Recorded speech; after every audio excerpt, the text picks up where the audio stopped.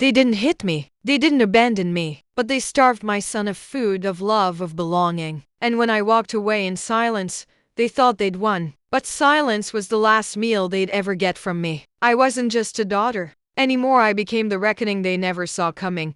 Caleb was sleeping when the ceiling cracked. The brittle, tired wiring of our old apartment sparked one too many times and sent a puff of smoke trailing up the hallway like a warning. No flames, no inferno, just enough damage for the city to slap a red tag on the door and for the landlord to shrug with practiced disinterest. They called it uninhabitable, like it wasn't the place where Caleb took his first steps, where I taped every drawing to the fridge, where we danced barefoot in the kitchen to music from a phone speaker. Now it was nothing more than broken drywall and unanswered questions from a 7-year-old who didn't understand why his bed was insurance. Offered a hotel and a number for a housing wait list with no guaranteed timeline. I could have said no. I could have camped out in the car, waited with Caleb in fast food parking lots, playing games on my phone. I could have done anything except what I did. I picked up the phone and called my mother when she answered. Her voice was stiff if she had been expecting bad news. She didn't ask how I was or if Caleb was okay. She asked what happened to the apartment. I told her. She paused for a beat too long and said, "Bring Caleb here. We've got room." I said, "We're fine. I just needed a few days to figure it out." She pressed again, saying, "It's only for a few days. We'll treat him like our own." Her voice softened at the end, like she was doing me a favor. I heard my father grunt in the background. "Just until you get back on your feet, you shouldn't have said yes." I knew better, but exhaustion isn't always logical. Sometimes it just wants the path of least resistance, and I had run out of energy to resist. Caleb was gentle and curious, and liked routines. He liked knowing what was coming. I packed him clothes, groceries, printed his allergies in bold ink, and whispered that I'd be back soon. He nodded solemnly. He was trying to be brave for me. I kissed his forehead and left with my chest tight. First night, I didn't sleep. My body was exhausted, but my mind replayed their words. "We'll treat him like our own," as if he wasn't already flesh of my flesh, blood of my blood. By the third day, his voice on the phone had changed. He sounded quieter and smaller. I asked what he'd eaten. He paused. "Some crackers," he said. "That's it," I asked. He hesitated and said, "Pop," I said, "lunch is for family, and I'm just visiting." Me mouth went dry. The phone slipped from my hand and landed on the passenger seat as I threw my car into drive and sped through the night without thinking, without resting. When I arrived the next morning, the sun had barely crept over the hills. I walked into their house without knocking. The smell hit me first. Sausage, eggs, pancakes, the kind of breakfast Caleb would have loved. I stepped into the kitchen, and there he was at the far end of the table, sitting quietly with an empty plate. My dad was halfway through a stack of pancakes. My mother sipped her coffee and flipped through a magazine. "Where's his food?" I asked. She didn't look up. "He had already eaten." "No, I didn't," Caleb whispered, his head bowed. My dad snorted. "He had some crackers yesterday. He's not starving." I looked at Caleb. His eyes were dull. His skin was pale. He looked like he was learning to disappear in real time. I turned to my mother. "Why would you tell him he's not family?" She rolled her eyes. "Because he's not. He's your kid. We didn't sign up for This's 7, I said, my voice breaking. "You think this is normal?" My dad stood. "No one's punishing him, but he's not entitled to anything. Not like Melissa's kids. They're here every week." Melissa, my sister, the golden child. Her children had bedrooms here. Their artwork hung on the fridge. They were praised for spelling bees and t-ball games, and Caleb got crackers. I didn't scream. I didn't cry. I didn't plead. I walked over to my son, picked him up, and said, "We're leaving." Me mother called after me, "You're seriously making a scene over snacks?" I didn't turn around. I didn't look back. I buckled Caleb into the seat and drove in silence. At a nearby diner, I ordered him pancakes with extra syrup. He took 2 bites, then pushed the plate away. "My stomach hurts," he said quietly. That hurt more than anything else back at our temporary hotel. I tried to talk about it. He shook his head each time and went silent. He didn't understand. I couldn't explain. Some people only love the idea of family, not the actual responsibility of it. At night, I sat at a tiny round table and made a list. Melissa's attention, their reputation, their antiques, My silence. That last one. That's what kept them powerful. That's what allowed it all. My silencesso, I started starving them. Not with food, with truth. I began having quiet conversations with people who mattered to them. Aunt Leah, who always wondered why we never came to holiday dinners. Cousin Mark, who posted family praise online. Melissa, who lived in oblivion. I didn't embellish. I didn't cry. I didn't ask for pity. I told the truth. They told Caleb he wasn't family and then didn't feed him for 2 days. That's it. Every single time I said it, the room went still. Melissa canceled her next visit. Leah told her church group.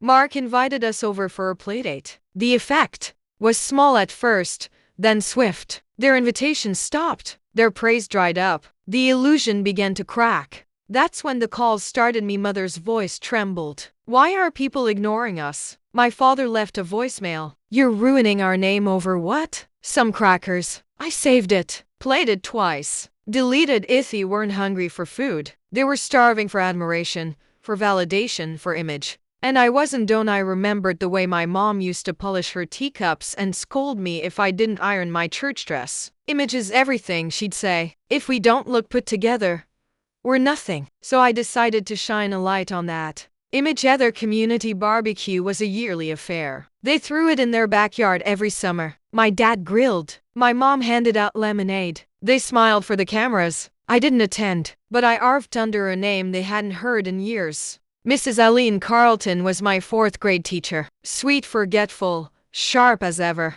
She once told me, you're thoughtful, even if your parents care more about appearance than Hardy. Called her a week before the barbecue and told her everything. No blame, no drama, just the truth. Caleb was hungry and unwelcome. That's all. She said, that's not family. I said not to them. Showed up to their event wearing a shirt that read family feeds even when it's hard. When my mom greeted her, she said loudly, so sorry I didn't bring my grandson. I wasn't sure if guests were welcome if they were not blood relatives. Or does that still not count? Hair heads turned. Conversation stilled. My dad chuckled nervously and said, Eileen's always been a firecracker. But she wasn't the only one. 2 other guests brought it up later, loud enough for neighbors to hear. It wasn't sabotage. It was daylight. I opened the blinds. They called again. My dad's voice cracked. Why are you doing this? We're your parents. I said no.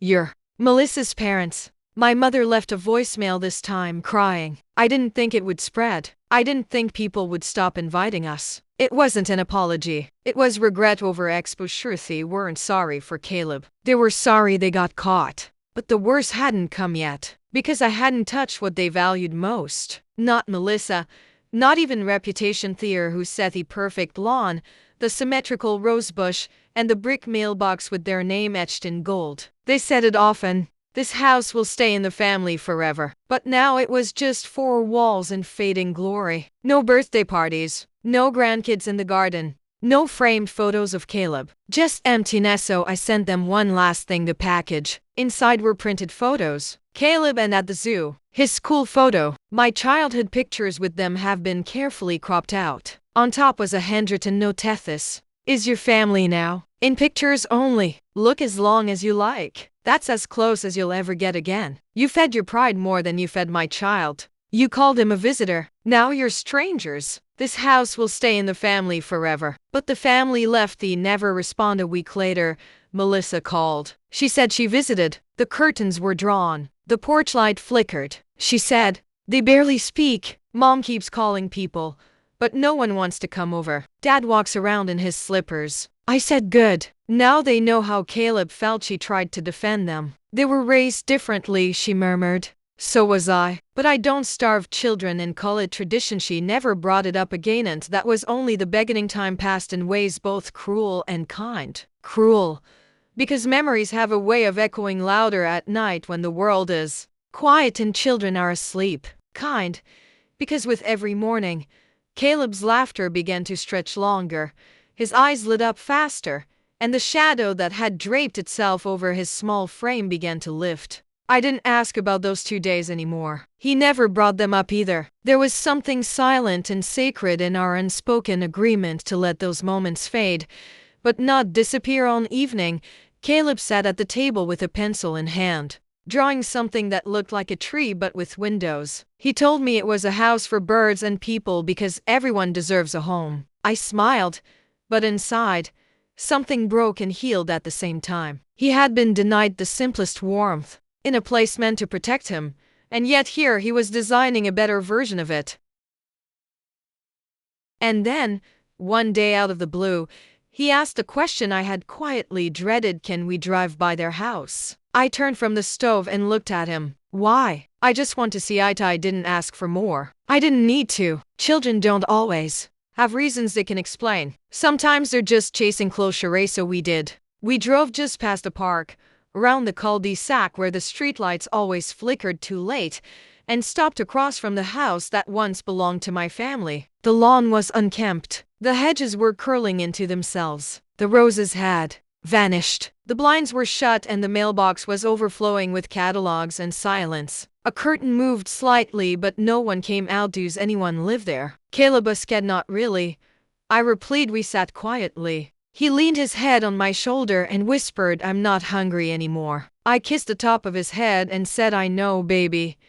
Neither am I. There was no dramatic moment of revenge. No court case. No viral confrontation. Just silence where there used to be noise. Absence where there used to be dominance. And peace where there used to be tension. He thought it would end there. I thought silence was enough. But then came the knock. It was raining. A soft tapping against the door, like it didn't want to be heard. I opened it and found my mother standing there, soaked and holding an old photo album. Her eyes looked tired, but her expression still carried that familiar glint of control. She didn't ask to come in. She just stood there, like her presence alone should invite forgiveness. He brought these, she said, like it was a peace offering. It was the album from my childhood, the one she always kept locked in her hutch. I looked at it but didn't reach for it. What do you want? I asked. To talk about Caleb, about everything. She stepped outside, closing the door behind me. She flinched slightly as the rain hit her shoulders. She looked older than I remembered, not just aged, but weathered. Life had pressed its fingers into her face and left behind lines she could no longer iron out. We made a mistake, she said. We thought we were helping. We didn't think you didn't think he needed to eat. She swallowed. Your father was raised that way. Hard. Stoic. No handouts. 7, I said again, just like I did in their kitchen. Just like I would keep saying until it landed. She nodded slowly. We were wrong. He stayed quiet. The rain tapped between us. She reached forward with the album. But I didn't take it. You want forgiveness? I said. You want my family back. You had your family, I replied. You just didn't treat us like it. Looked down. The photo album slipped slightly in her hand. He asks about you sometimes, I added. Not because he misses you. Because he wants to understand how people can be that way. She let out a soft cry. Not loud, not dramatic. Just one of those sudden small sounds that betray the weight of years. He deserves more, she whispered. He do. She placed the album on the porch step and turned without waiting for permission. I watched her walk down the path and disappear into the rain. I didn't touch the album. Not that night. Not for weeks. It sat there like a monument to what was lost. Next call came from Melissa. This time her voice was tense. Dad's not well, she said. He's not eating. He barely speaks. Mom's falling apart. He said nothing. She asked if I could just talk to them. For closure. For healing. For the sake of family. Reminded her what family meant in that house. She had no ends. Eventually the invitation stopped. The calls slowed. The past settled like dust instead of fire. But healing isn't just about silence.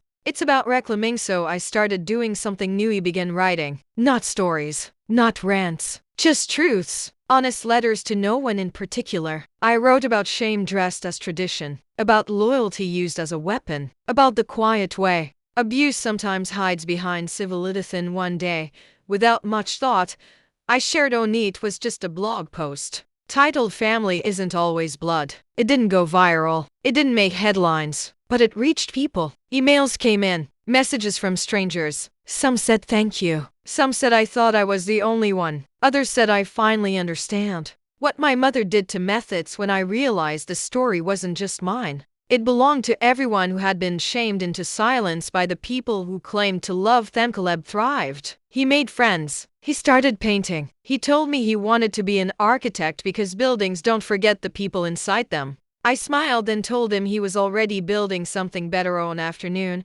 We were walking through the neighborhood when he stopped in front of an abandoned lot with weeds up to our knees. He pointed and said this would make a good house for kids who don't have house. Sazy looked at him and felt something deep and rooted take shape. Maybe one day, I said years later, when he was older and braver and more curious. Caleb asked if they ever apologized. Not really, I said. They apologized for being seen, not for what they died. Nodded like that made sense. Like he had already understood something most adults never would. The house remained dark, overgrown, a shell of legacy. The neighbors avoided it. The blinds stayed drawn. Their pride had been fed for years until it ate away everything real. And now it had nothing left to chew on but memories. I never stepped foot in that house again. Not because I couldn't, because I didn't need to. The moment I chose my son over their approval, I became free in the end. It wasn't revenge. It wasn't justice. It was clear, and clarity is what starves a lie to death. Caleb smiled more often. He built birdhouses. He learned to cook. He told stories with happy endings, and one day, he asked me, Agan, are we ever going to see them? No, baby. Some people don't deserve a second look. And with that, he walked forward and I followed him. Not hungry, not haunted, just home. A moral and life lesson. Love is not proven by words, but by actions. Family is not defined by blood, but by the way we treat each other, especially when no one is watching. Silence in the face of cruelty is complicity, and standing up, no matter how quietly, can become the most powerful act of protection and truth. Sometimes walking away is not revenge. It is healing. It is choosing dignity, self-respect, and the well-being of those we love over the illusion of loyalty to those who never truly deserved it.